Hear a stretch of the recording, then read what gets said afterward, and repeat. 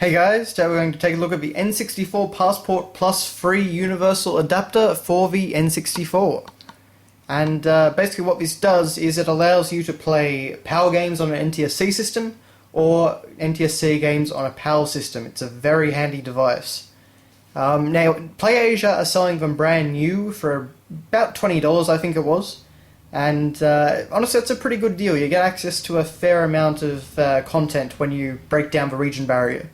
But anyway, so on the front here we've got a picture of the device itself, of course, and but beyond that it's a fairly busy cover. There's lots of different kinds of graphics, but we can see over here that it is version free. I have no idea what the difference is between versions 1 and 2, but usually with universal adapters that means that you can probably play more games, which is always a good thing. Now down here it actually explains what the device does. So, like I said before, you can play PAL games on an NTSC N64 or NTSC games on a PAL N64. It supports action replay functions, so that means that you can use cheat codes and things like that on your N64 games.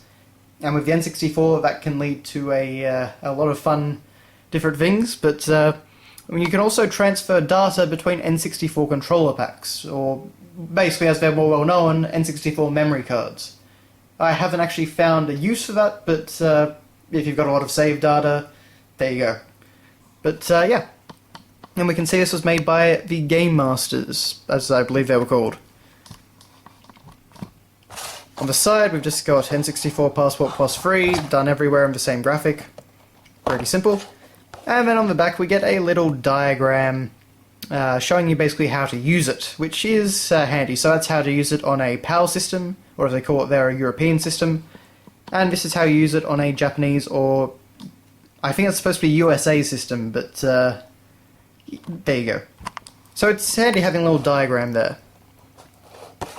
But moving on, we get a quote-unquote user manual. It's just a piece of paper, but basically it goes through introduction, installation, we've got boot carts. Basically, boot cartridges apparently can have their save data erased. I haven't actually had that happen to me, but this little pamphlet here recommends using a game without a battery backup, and that may be a good idea. So, again, it hasn't bothered me, but I can't, it hasn't affected my game, but I can't promise that it won't affect yours, so there you go. We have boot codes, some of them over here, and I'll explain all this more later once we get into the actual device. We can enter and select cheat codes and different things. We've got the memory card manager, and of course we've got the credits. So you can email the guy at Hotmail. There you go. Made by EMS Productions Limited. So that's all that. And then finally we have the device itself right here. And it looks very nice. The label's printed well, it's made well. It looks good in your N64, I think. Or at least as good as a universal adapter poking out of it can. So that is that. Now for actually using the device.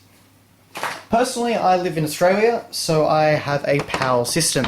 So I'm going to show you what to do with that. But for an NTSC system, you just reverse the process. It's very simple. So first off, I take my PAL cartridge. So Star Wars Episode 1 Racer is my PAL N64 cartridge. And what I'm going to do is I'm going to take it and plug it into the back. So you can see we have two different adapter ports. So I stick it in there, plug it in the back, facing upwards, and that's that. Beyond that, I then take my import cartridge, my NTSC cartridge with Paper Mario, and I'll put that in the top, where a game would normally go on an N64.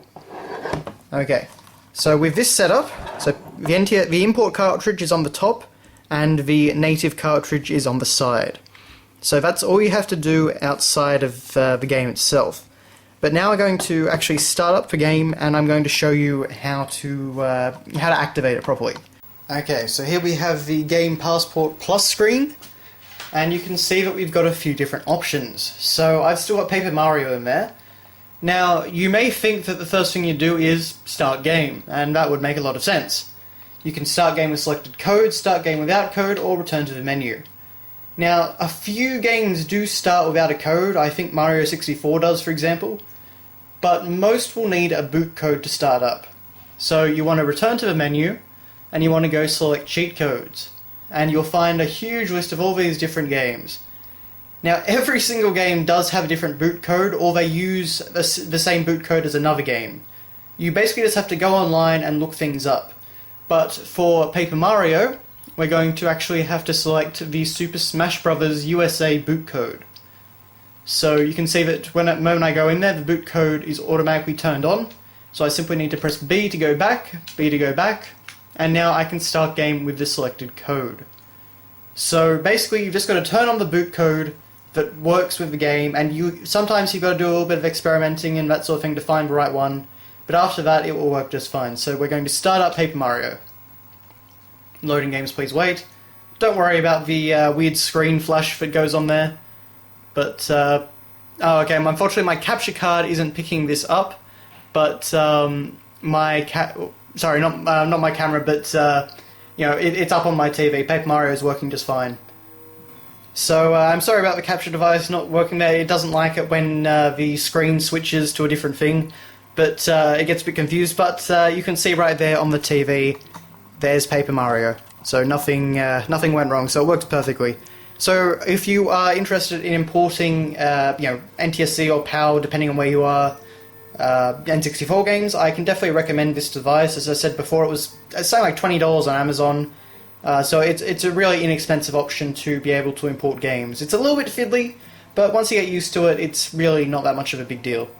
So I particularly recommend this to PAL players because NTSC games tend to be a little bit cheaper than PAL versions, I've found. But particularly if you're in Australia. But yeah, so I hope this has helped some people out, and thanks for watching, guys. I'll see you later.